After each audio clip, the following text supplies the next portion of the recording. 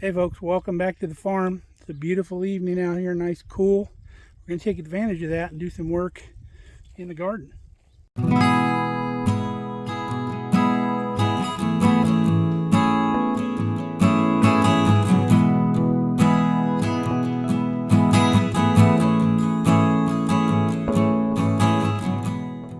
So Ramona, what are we doing?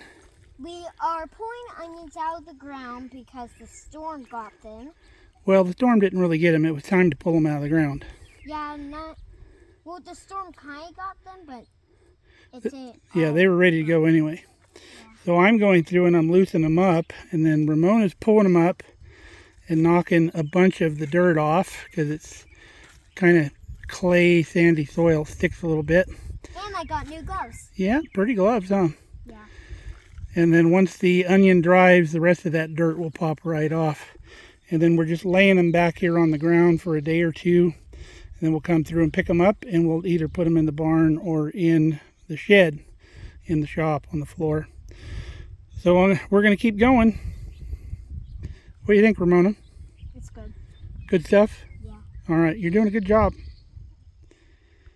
Got all of our white ones pulled up. We're just pulling them up and, like I said, knocking the majority of the dirt off and then putting them in the dry part in the center of the row. So that's what they look like. So I believe the yellows are next. Yep, we got a weed. Ramona gave up after about a half a row. These young kids these days aren't used to manual labor. But if she lived here, she'd get used to it. I guess I'd rather her have fond memories of working out in the garden than thinking of it as a chore. Then maybe when she gets older and starts adulting, that she'll want to do it and not have bad memories of hard child labor out in the garden. I don't know. I grew up doing hard work, so it didn't hurt me any. All our yellow onions dug, and we just got to shake them out. If you didn't know when to harvest onions, when they start wanting to lay over. The storm helped us a little bit, but they were starting to lay over right before the storm.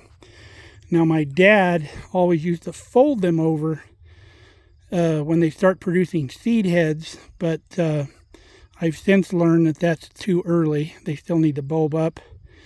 Once they start looking like this and wanting to fall is when you need to pull them. Now he always grew some amazing onions, so he had to be doing something right. So whatever works for you. You got the yellows done, and all we have left is the purples or the reds. It's a good thing because I can hear some thunder out in the distance. It doesn't look too hairy out there. My honey came out to rescue me. We're going to knock it out fast now. All done. Now it's just a waiting game. Kelly's checking out the rest of the garden, seeing what the damage is. We have more damage than I realized because I wasn't able to come in because it was too muddy till today. So we had some tomatoes get some damage on the actual tomato. The melons are all pockmarked up on top. So they're probably going to rot now. Plus we don't have much of a leaf structure anymore, but you can see what the hail did to the melons. There was 4 good melons on this vine too. And then the sugar babies down here.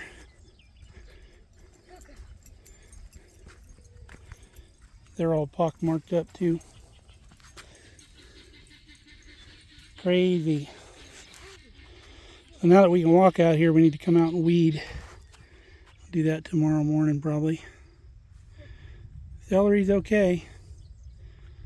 Tomatoes, you can see over here how what the hail did to the tomato vine, but it should be okay, but like some of them are broke off.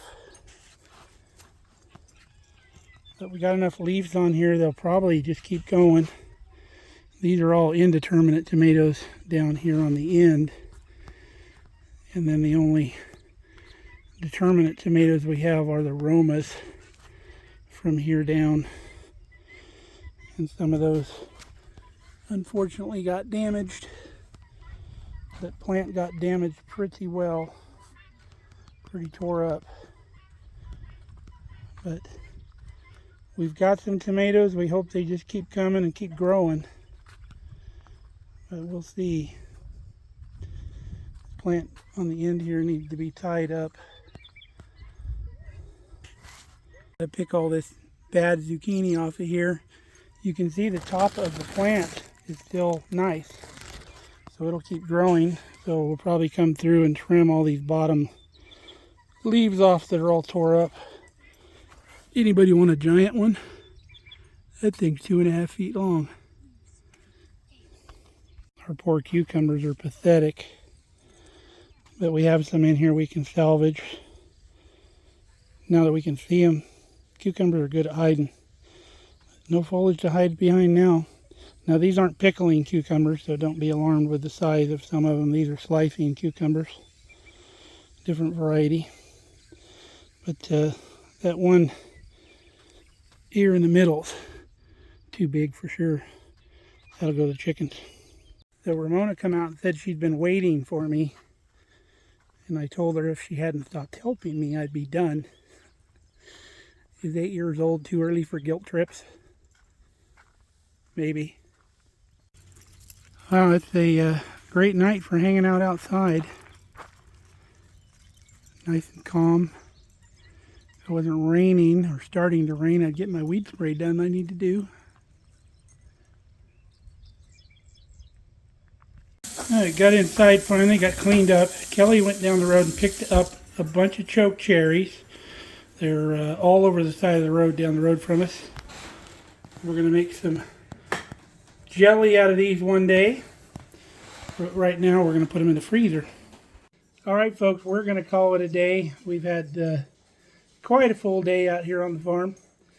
So guess who's going home in a couple days? Ramona's going to go home. We're going to miss her a bunch. Today was 3 days, tomorrow is 2. Yep. Are you getting homesick? Want to go home? Yeah. Yeah. Tomorrow we're going to have a party with the Thorntons. Yeah, they're going to come over and have dinner with us, huh? Mm-hmm. Yep. So, stay safe, stay healthy. We love you guys. We were glad to get that onion project done with a little bit of help from this one. Only half of the white row. Luckily, Gigi come out and rescued us, huh? All right, folks. We'll see you next time here on Mark Kelly Farm. Thanks for watching. Yep.